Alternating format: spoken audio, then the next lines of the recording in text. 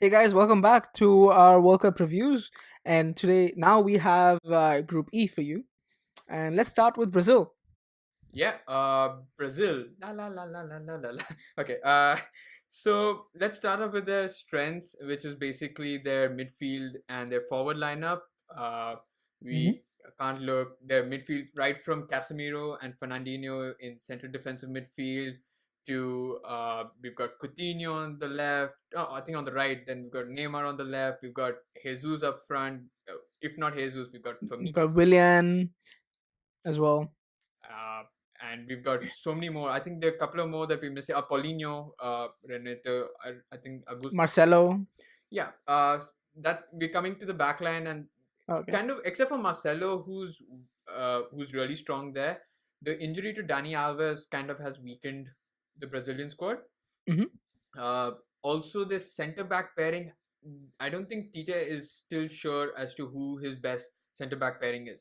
He has Thiago Silva, who was so key in 2014, and when he was injured, you saw what happened 7-1. Yeah. Yeah.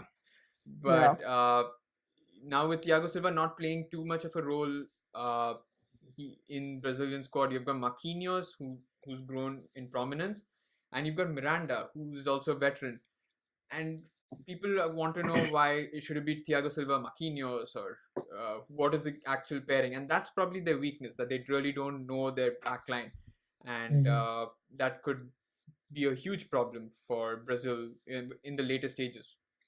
For sure. Yeah, I agree. If anything, if you had to pick out a point, relatively the backline would be the one to attack and pick apart. But Brazil definitely it was a big change from 4 years ago.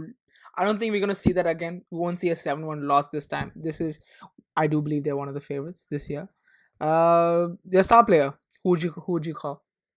Nene, Of course. Hey. yeah. Yeah. Okay. Surprised you wouldn't say Coutinho, but yeah, Neymar definitely is their star player. 225 million wrecked the transfer market. I completely agree. So next we have. Uh, Oh, sorry. Go on. with Neymar, there's an added pressure that he took after he got injured at PSG. He's taken such a break that he has to perform right now. Yeah, he definitely has to deliver. That was such a bullshit excuse. Oh, yeah, I'm injured. No, you're not. You didn't give a shit and you left. So now, you better perform. So we have Switzerland next, Yeah. which is So neutral Swiss. yeah, apart from their flag being a huge plus, haha, uh, Ha.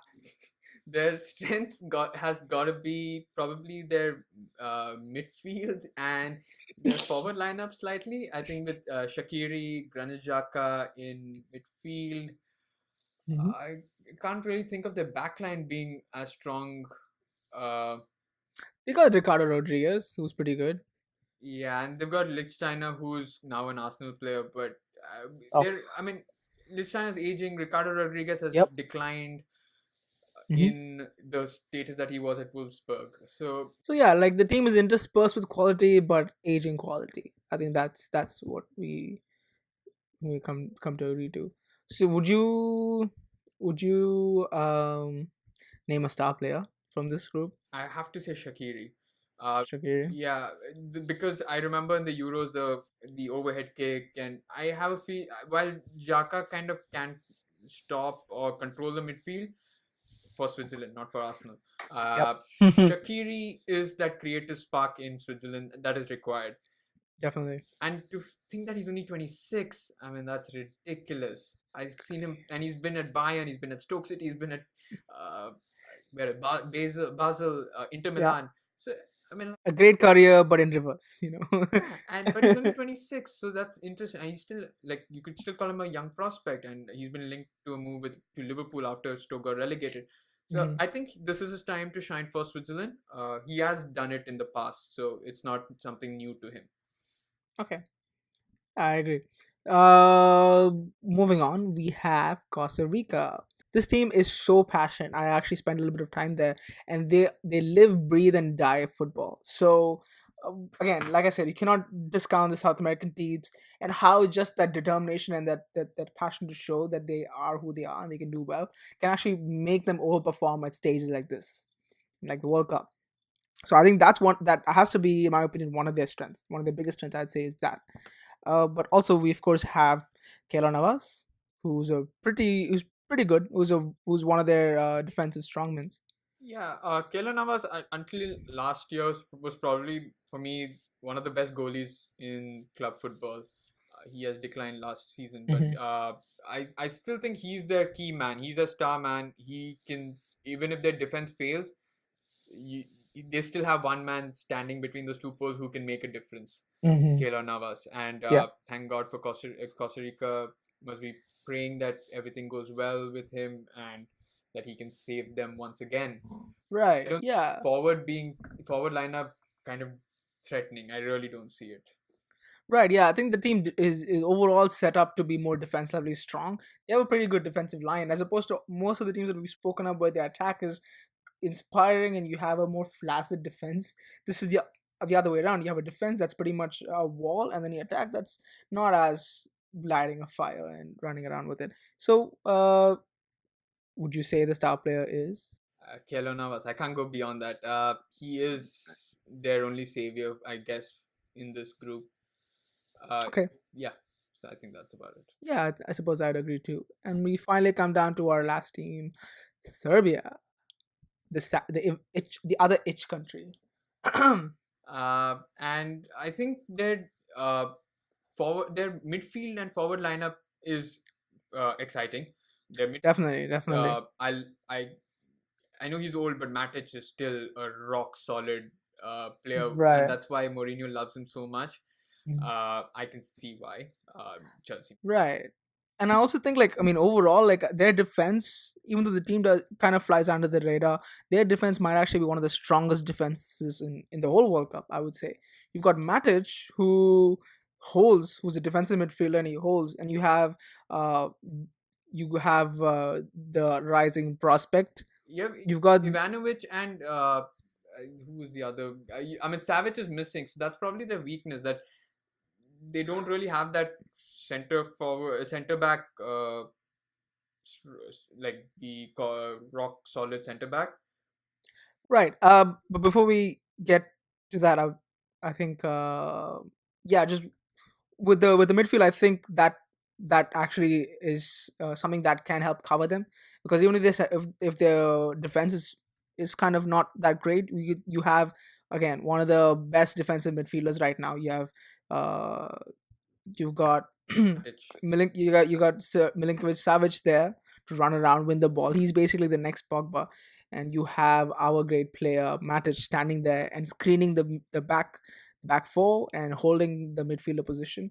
You have Ivan. You have then you have yeah, you have Ivanovic. You have Dusan Tadic. It's a very interesting team. Definitely. Yeah, yeah. I guess that's pretty much it. And you have Laik, I think Adam Laik, the midfielder who's a more attacking midfielder.